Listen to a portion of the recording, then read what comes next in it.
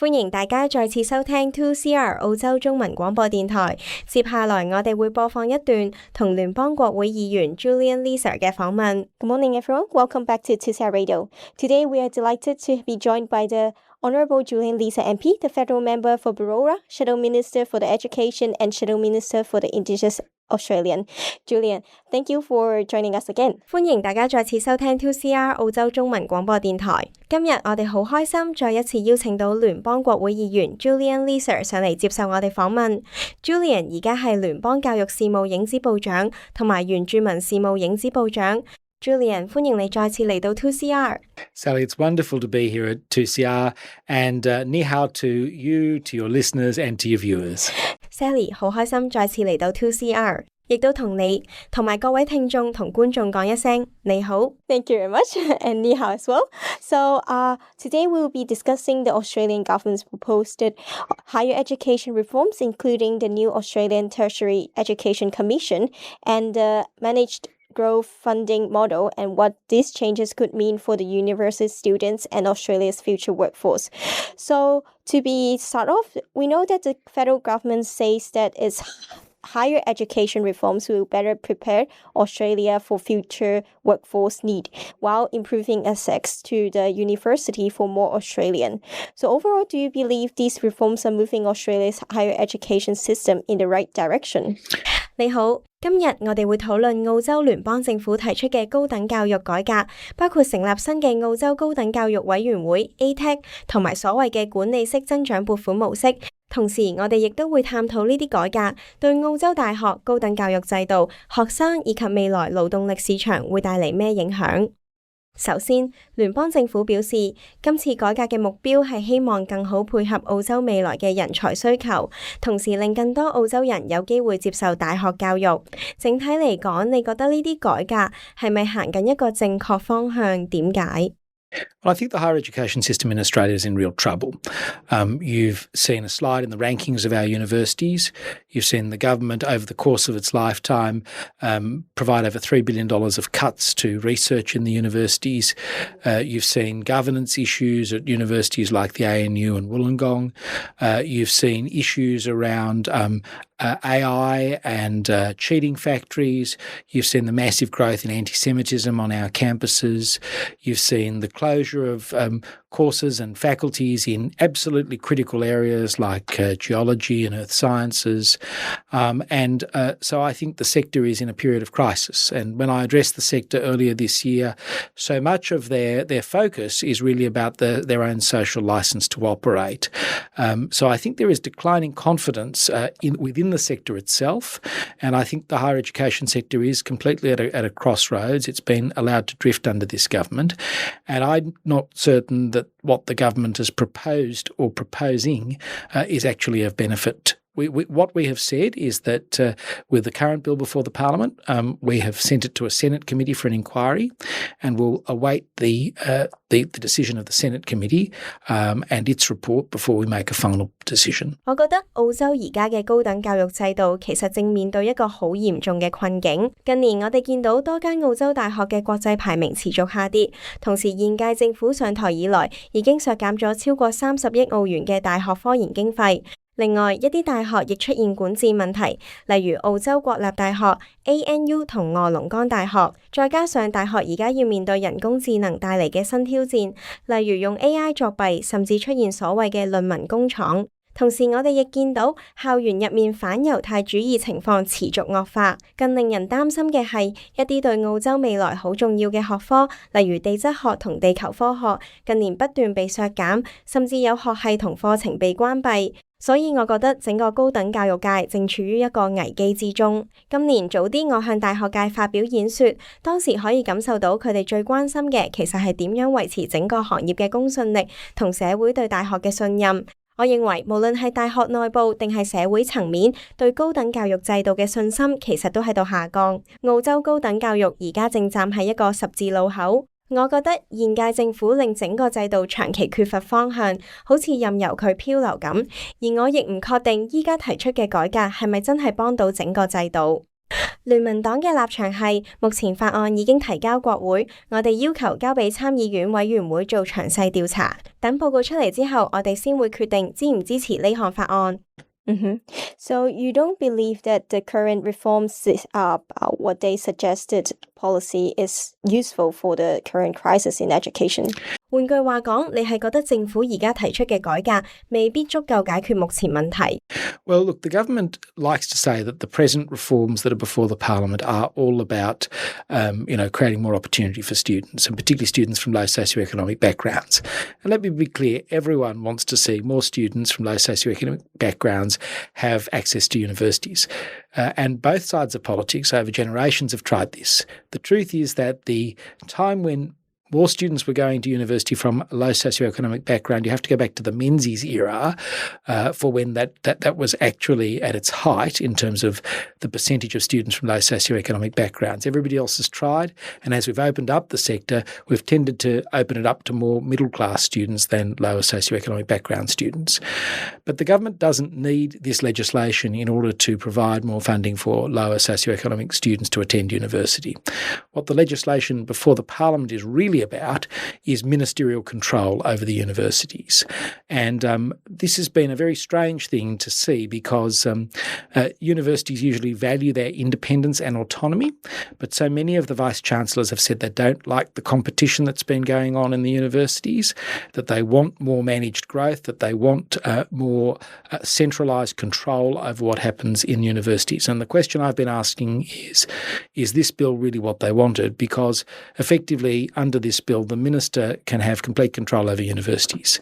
He or she can determine the numbers of international students, the numbers of domestic students, what courses are taught, what conditions are applied. It really is the most massive power grab by a minister in a government since Australia began universities in the pre-Federation era. 政府一直講呢次改革主要係想增加大學機會，尤其係幫助低收入背景學生。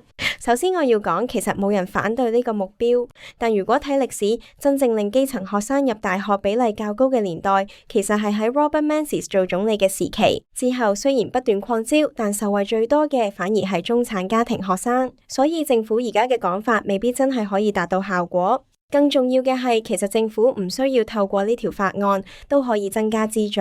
真正問題係，這項法案嘅核心其實係俾教育部長更大權力，直接控制大學，而大學一直重視嘅就係自主權。但而家有啲大學校長反而希望政府統一管理，推行所謂管理式增長。我想問嘅係，呢樣真係大學想要嘅嗎？因為根據法案，一旦通過，教育部長幾乎可以全面控制大學，包括收幾多學生、開咩課程等等。我覺得這會係澳洲歷史上政府對大學干預最大嘅一次。So we know that actually what you mentioned is about the new managed growth funding model, which is proposed by the current government.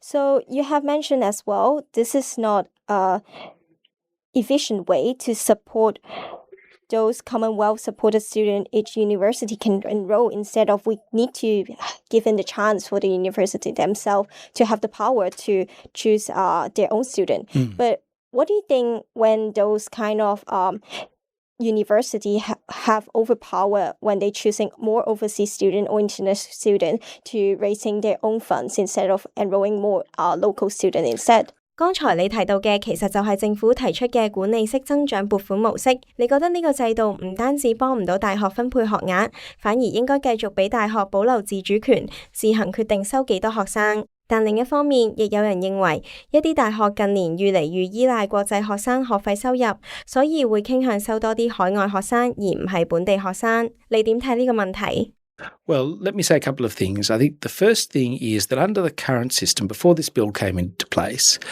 universities were able to, if they could, enrol students above and beyond the number that they needed for their Commonwealth supported places. So let's say a university could enrol 1,000 students with Commonwealth supported places into a business degree, but they actually had the capacity to enrol 1,500 students into that business degree.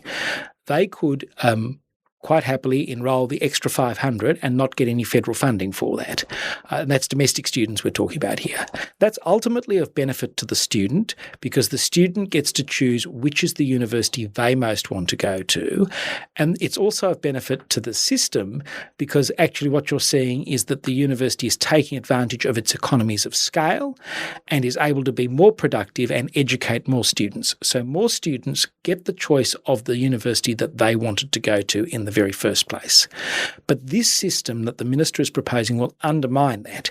He's removed the power of universities to do that efficient thing, which is to enrol students above and beyond the numbers that they have Commonwealth supported places for, and effectively said he will decide where the students go and the degrees that they do. And I think that's a bad thing. It's bad for student choice. It's bad for productivity in the university sector.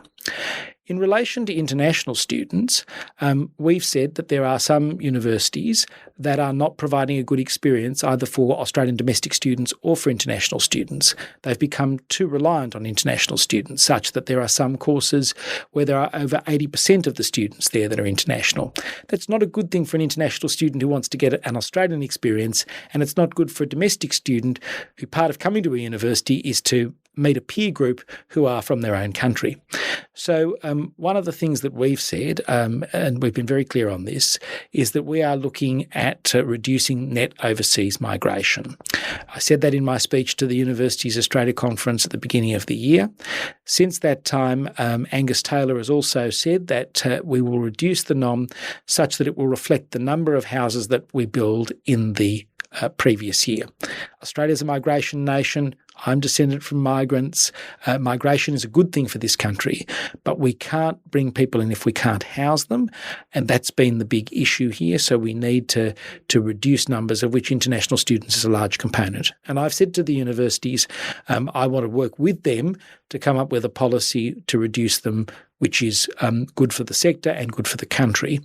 And I've met probably about 80% of Australia's Vice-Chancellors now, and we are working our way through what that policy would look like. 我想先講幾點。首先，其實喺呢個法案之前，現行制度一直都容許大學喺政府資助學額以外，再額外收多啲本地學生。舉個例，如果政府資助某間大學雙科有1000個學額，即使係咁，大學都可以收1500個本地學生，多出來嘅500個學生雖然冇政府資助，但大學可以自行決定收唔收。我要強調我講嘅係本地學生，不是國際學生。我認為呢樣對學生係好事，因為學生可以選擇自己想讀嘅大學，而唔需要因為名額限制被逼轉校。對大學來說，亦可以更有效運用資源，提高整體效率。但政府而家提出嘅新制度就會改變呢一點。教育部長會取消大學超額收本地學生嘅權力。換句話講，未來係由部長決定學生去邊間大學讀咩科，而唔係由學生同大學自己決定。我認為呢個方向係錯誤，因為佢削弱咗學生選擇權，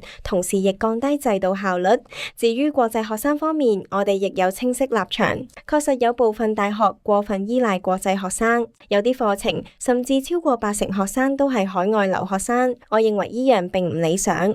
對國際學生來說，佢哋嚟澳洲讀書係希望體驗真正嘅大學生活，同本地學生交流。如果成班都係國際學生，其實體驗會打折扣。對本地學生來說，大學其中一個價值就係認識唔同背景嘅同學，所以呢個情況確實需要改善。另一方面，我哋亦一直講希望降低澳洲淨海外移民人數。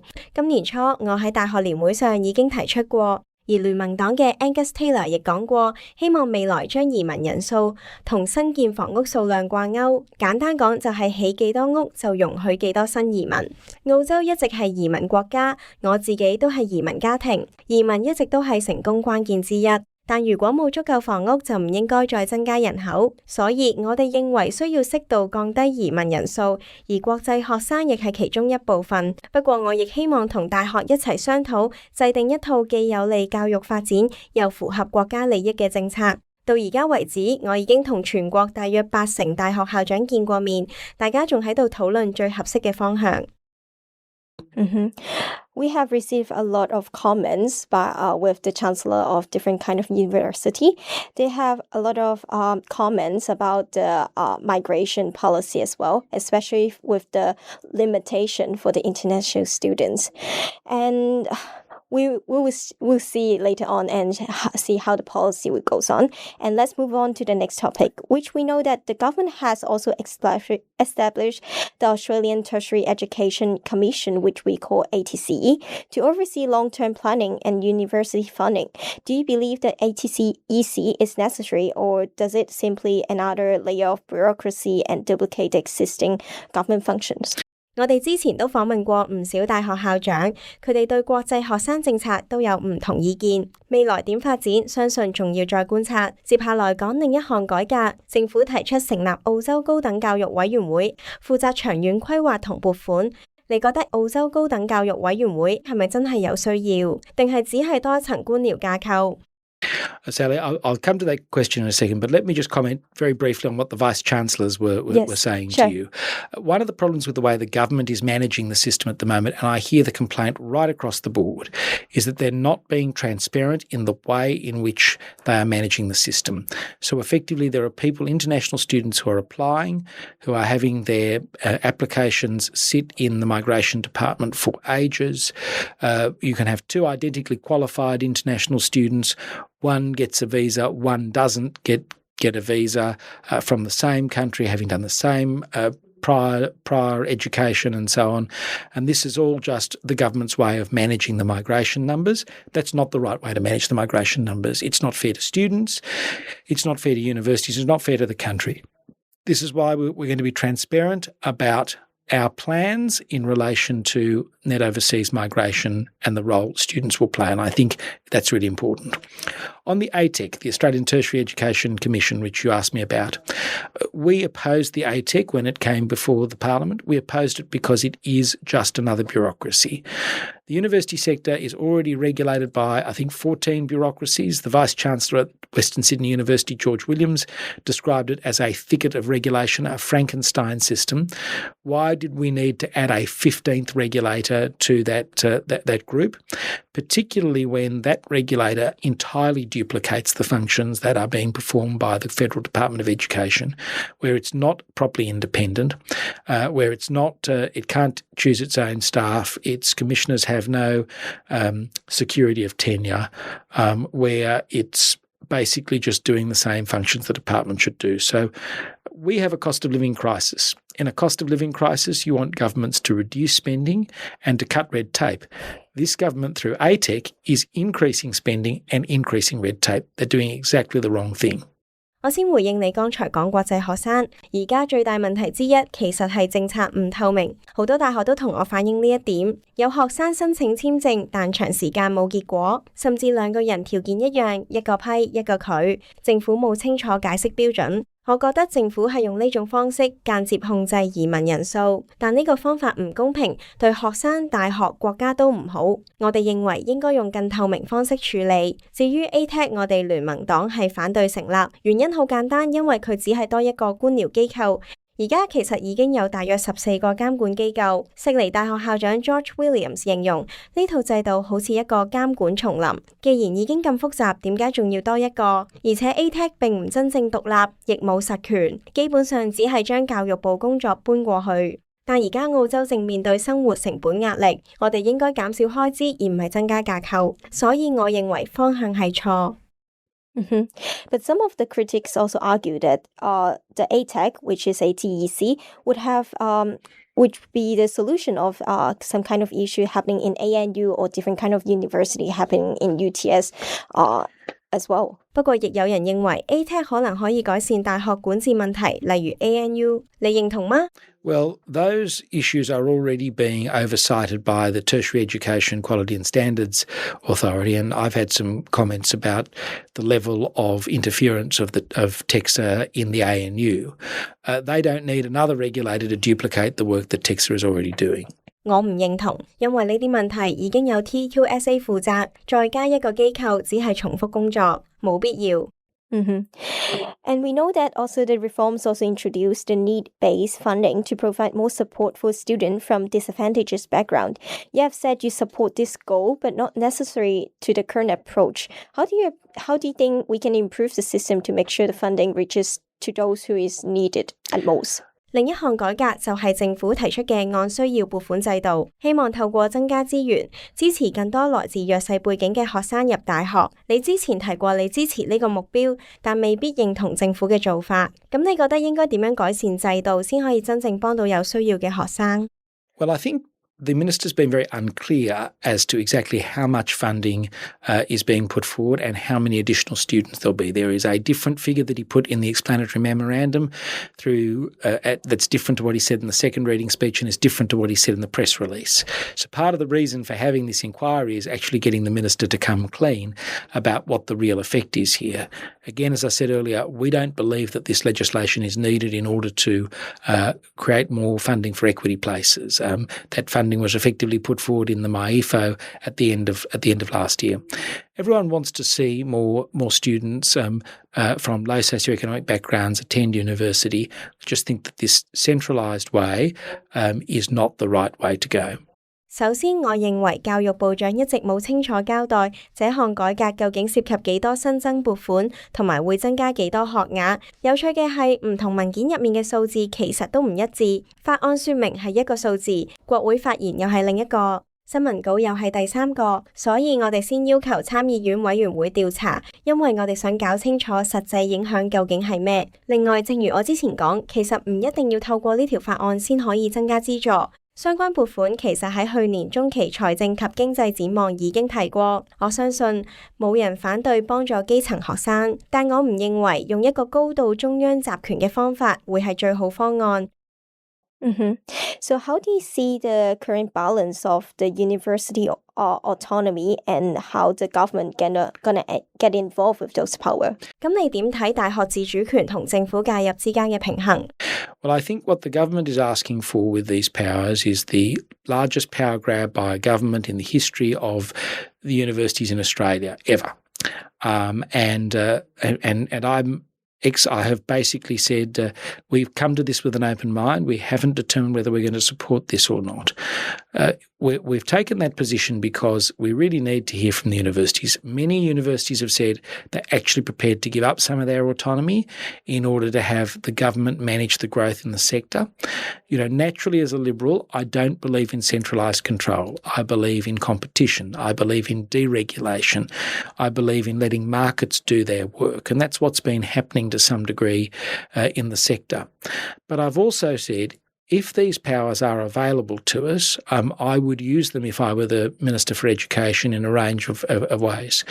Firstly, one of the things we might consider doing is mandating a definition of anti-Semitism. We've seen the anti-Semitism crisis on campus. We've seen universities completely unable, not a single one has been able to properly adopt a definition of anti-Semitism. I've said one of the things that we might consider doing is offering more Commonwealth-supported places to the private sector. The other thing we might consider doing is removing woke courses that teach people to hate our country and instead ensure that people who are going to Australia's universities are learning to love our country as we want them to do in the school system, and we think universities should be no different. If universities are happy with me as the potential minister exercising this level of control over universities, and this might just be the start, then they should absolutely support the bill. If they are concerned about that or concerned about how any future minister might deal with them in the future, then they should tell us. The universities need to convince the Coalition and the Greens not to support this bill. That's what we want to hear. We want to hear, are they really sure that this is the right way to go about achieving the aims of this bill? Because I think this bill is very, very heavy-handed.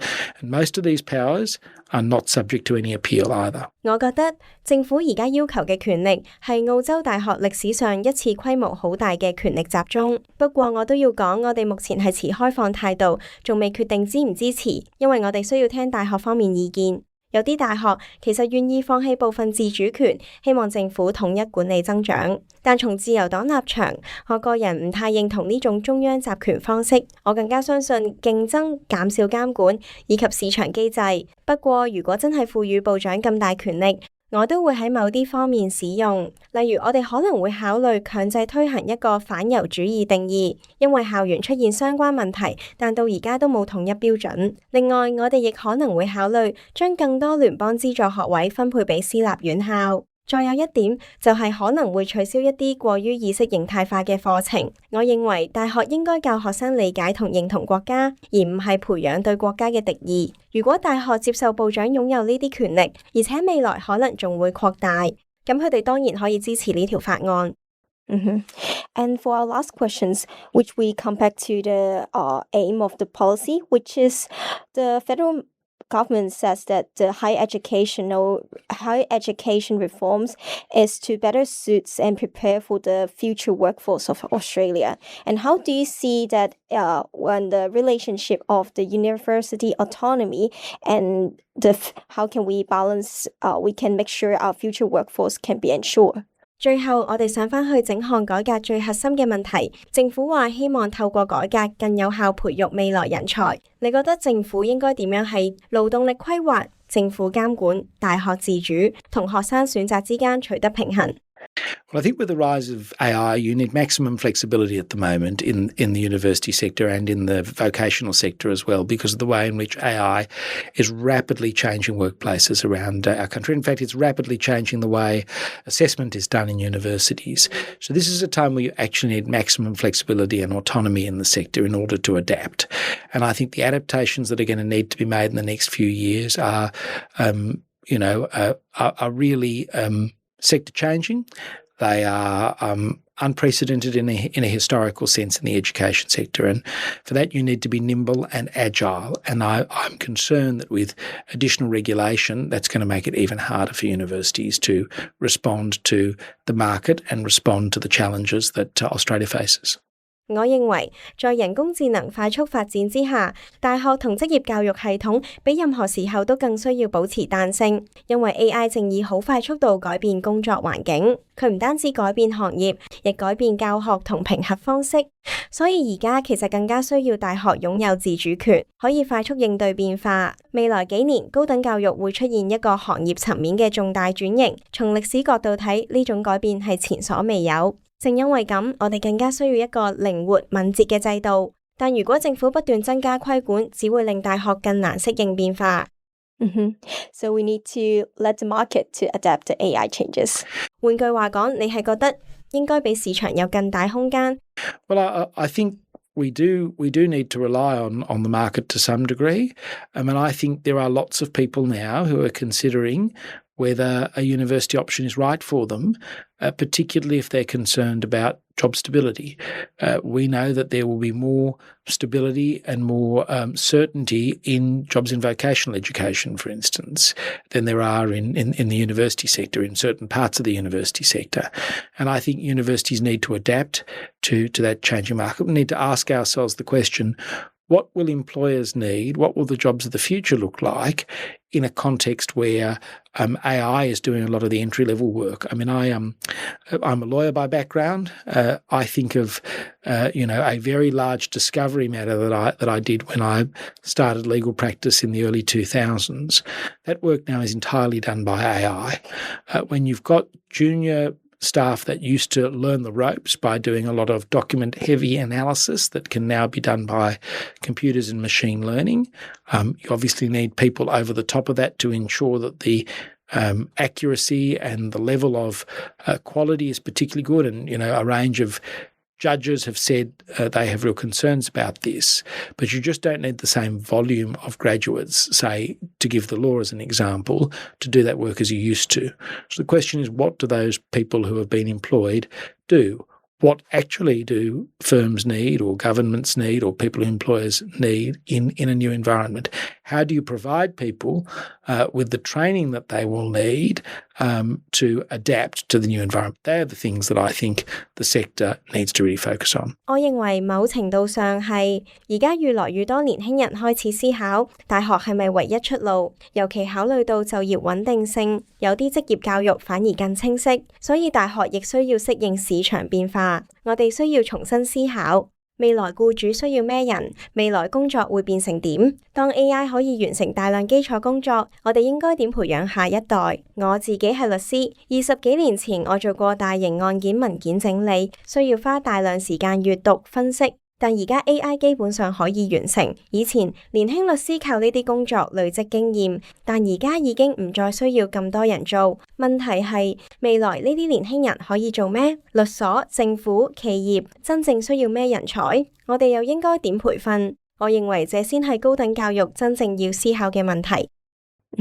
Seems like the AI doesn't only impact on the workforce right now, it's also expanding the effects on our education part. So I think that's conclude our interview today. Thank you very much for coming, and thank you, and we look forward to seeing you again soon. 看來人工智能帶來嘅影響唔單止係就業市場，仲逐步改變整個教育制度。今日好多謝你接受我哋訪問，希望未來再邀請你上嚟，同我哋分享更多教育政策發展。Great to be with you, Sally. 多謝你 Sally。 Thank you.